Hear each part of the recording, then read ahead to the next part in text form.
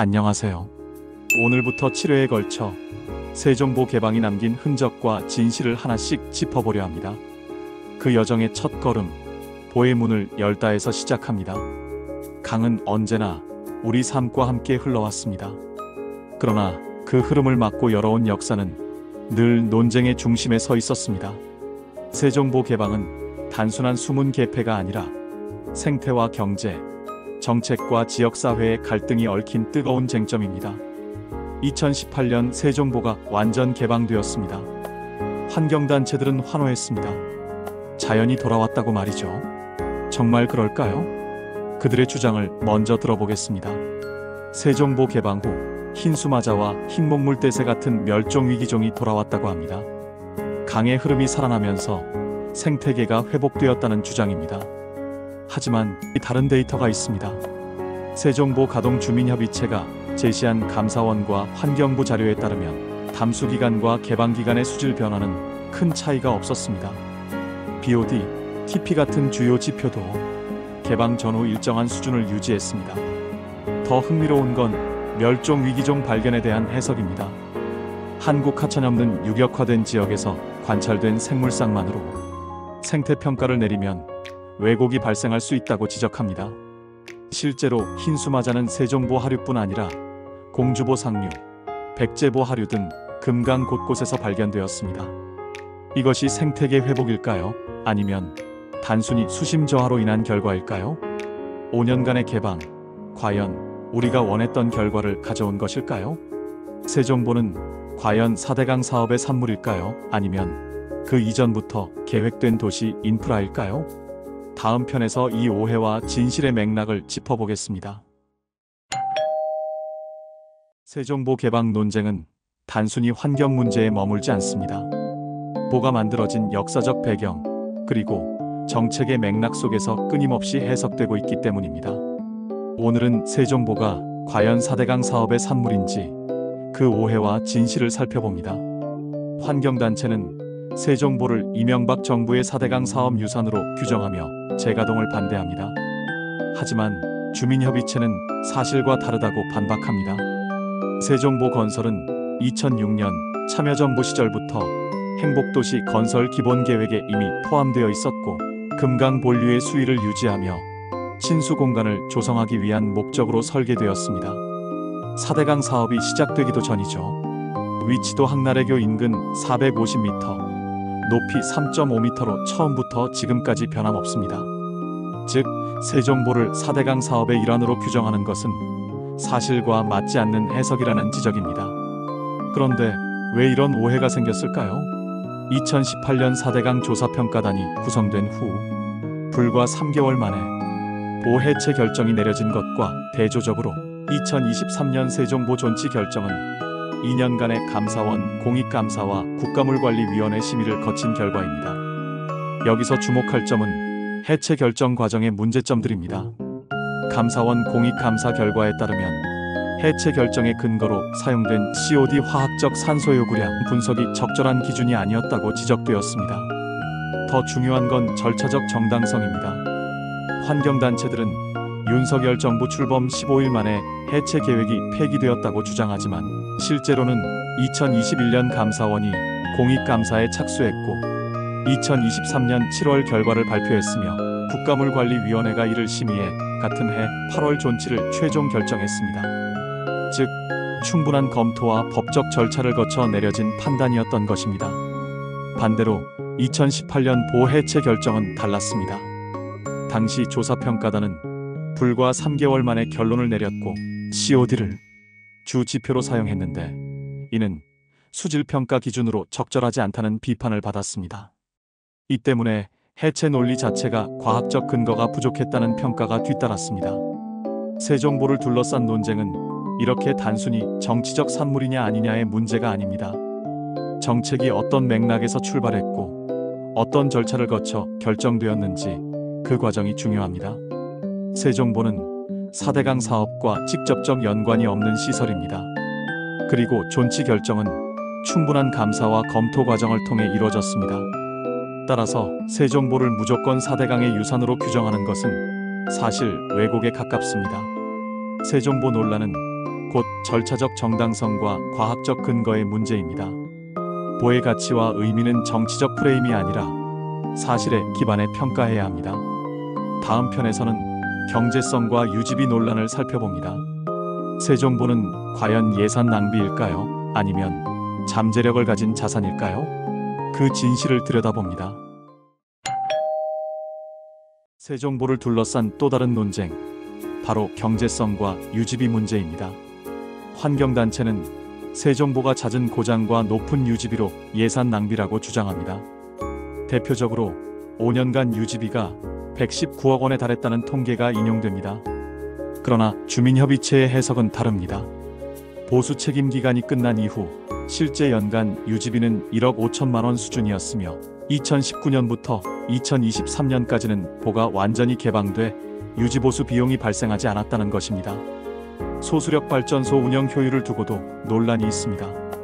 환경단체는 가동률이 25%에도 못 미쳤다고 지적하지만 수자원공사 자료에 따르면 정상 가동 시 59%에 달합니다.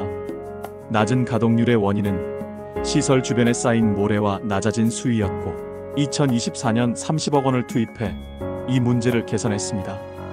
그렇다면 경제성은 어떨까요? 세종보가 정상 가동될 경우 연간 9,300mWh의 전력을 생산할 수 있습니다.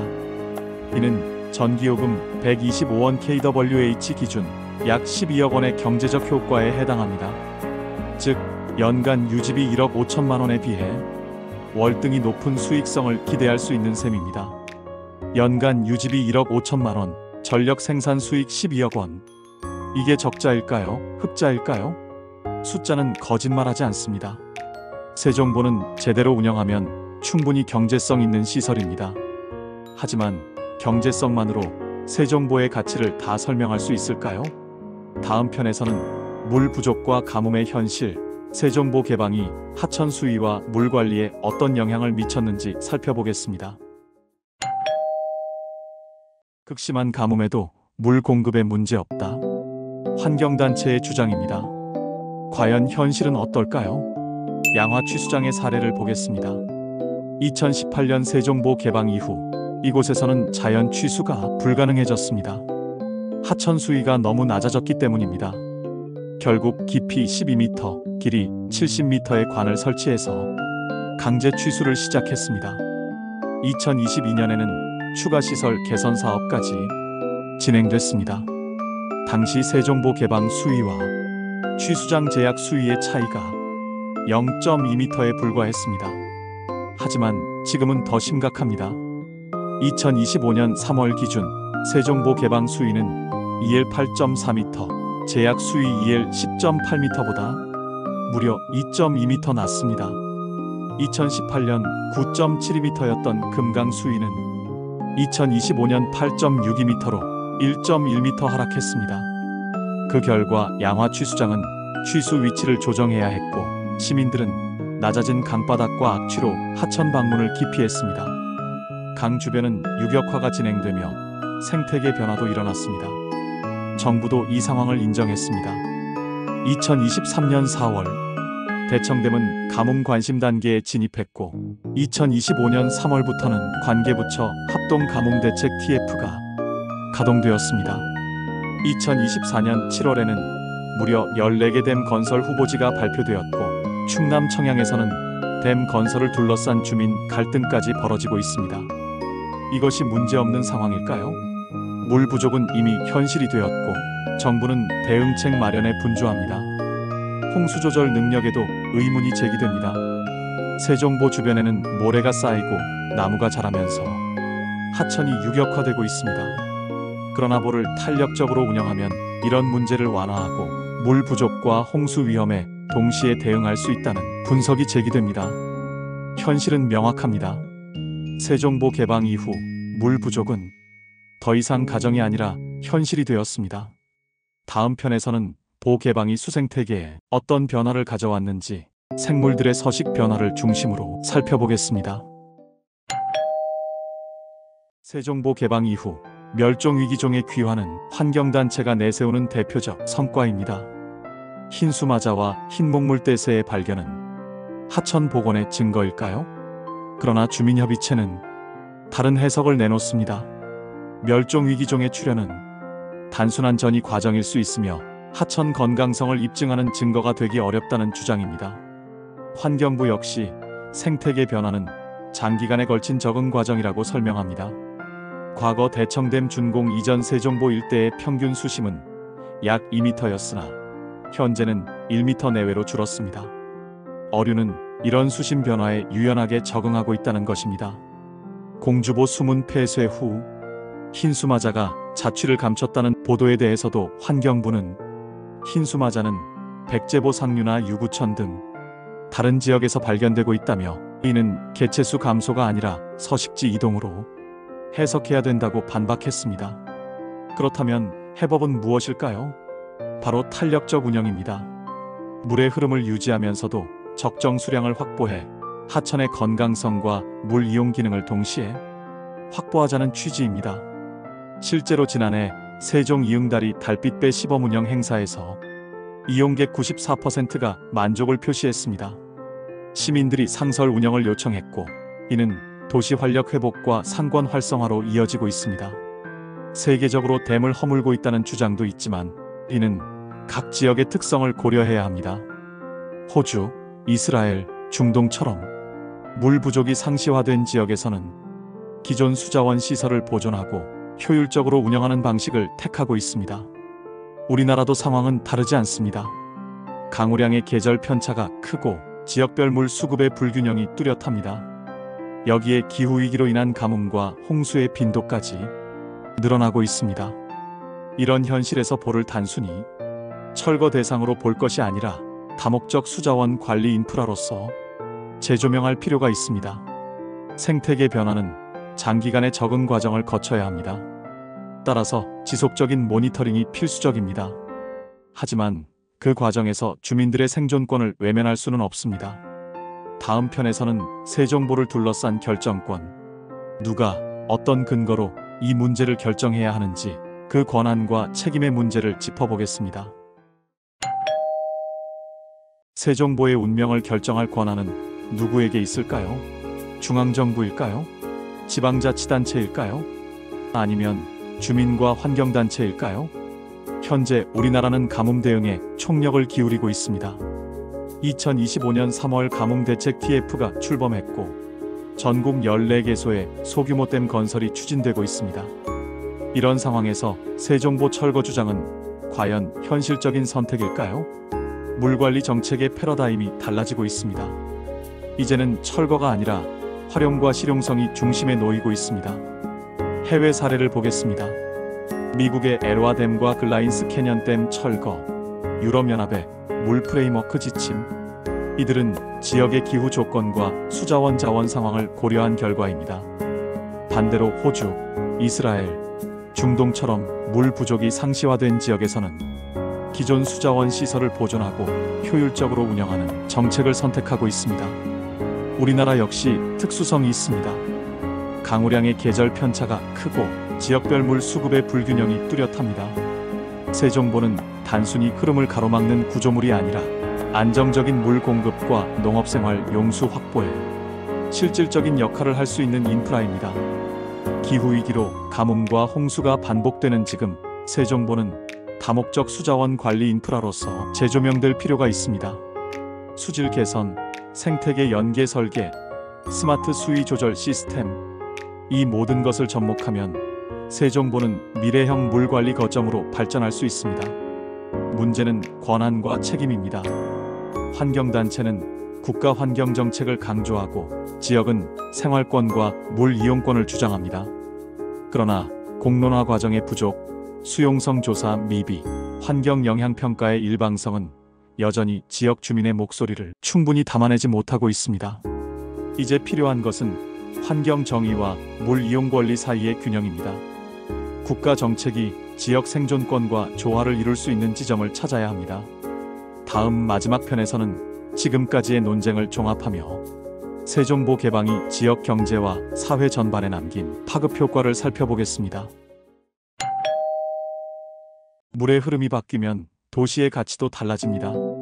세종보 개방이 실제 부동산 시장과 지역 경제에 어떤 영향을 미쳤는지 데이터를 통해 확인해 보겠습니다. 먼저 아파트 시장입니다. 2018년과 2019년 세종보 전면 개방 시기 금강변 아파트의 실거래가는 세종시 평균보다 낮은 상승률을 기록했습니다. 세종 리버파크 1단지의 경우 약 2.8% 상승에 그쳤지만 같은 기간 세종시 전체 평균은 5.5%였습니다. 수위 하강으로 인한 악취, 퇴적물 노출, 경관 가치 하락이 주요 원인이었습니다. 주민들은 일상생활에 불편을 겪었고 수상 스포츠와 산책 인구도 줄어들었습니다. 그러나 2023년부터 탄력적 운영이 시작되자 상황이 바뀝니다. 2023, 2024년 금강변 아파트 실거래가는 평균 7.2% 상승해 세종시 전체 평균 5.9%를 웃돌았습니다. 리버파크 1단지는 전년 대비 9.1% 상승을 기록했습니다. 상업지구에서는 차이가 더 극명했습니다. 2017년부터 2019년 전면 개방 시기 금강 수변 축제가 사라지며 관광 수요가 40% 이상 감소했습니다. 2019년 금강변 상가 공실률은 최대 25%에 달했고 상가 매매 임대 가격은 2018년에만 평균 6.3% 하락했습니다. 하지만 탄력 운영 이후 상황이 반전됩니다. 2024년 상반기 기준 주말 평균 유동 인구는 전년 동기 대비 27% 증가했습니다. 금강변 음악회와 수변 야외 전시회가 정기적으로 열리며 외지 방문객도 늘었습니다. 세종문화재단 발표에 따르면 올해 상반기 문화행사 관람객은 3만 2천 명을 넘어 팬데믹 이전 수준을 회복했습니다. 그 결과 2024년 상반기 기준 수변 상가 임대료는 전년 대비 평균 7.8% 상승했고 공실률도 2021년 당시 20%에서 절반 이하로 줄었습니다. 데이터는 명확합니다. 보운영 방식은 단순한 수문 개폐를 넘어 도시 경제와 주민 삶에 직접적인 영향을 줍니다. 생태 복원이라는 명분과 주민들의 생활을 조화시키는 탄력적 운영이 중장기적으로 더 바람직한 대안임을 보여줍니다. 세종보는 단순 철거냐 존치냐를 넘어 어떻게 활용하고 보완할 것인가라는 새로운 질문을 던지고 있습니다. 수질 개선 기술, 스마트 수위 조절 시스템, 친수 공간 조성, 세종보는 미래형 물 관리 거점으로 발전할 가능성을 품고 있습니다. 7편에 걸친 세종보 개방 효과를 살펴본 끝에 한 가지 분명한 사실이 있습니다. 이 문제는 열 것인가 닫을 것인가라는 단순한 이분법으로 해결되지 않는다는 점입니다. 환경과 경제, 주민 삶과 정책 철학, 중앙과 지역의 권한까지 얽혀있는 복합적 쟁점. 우리가 찾아야 할 해법은 바로 그 사이 환경과 경제, 생태와 생활, 이상과 현실 사이에서의 균형점입니다. 세종보 개방 논쟁은 끝나지 않았습니다. 강은 계속 흐르고 그 흐름을 어떻게 다스릴지는 결국 우리의 선택에 달려 있습니다. 시청해주셔서 감사합니다.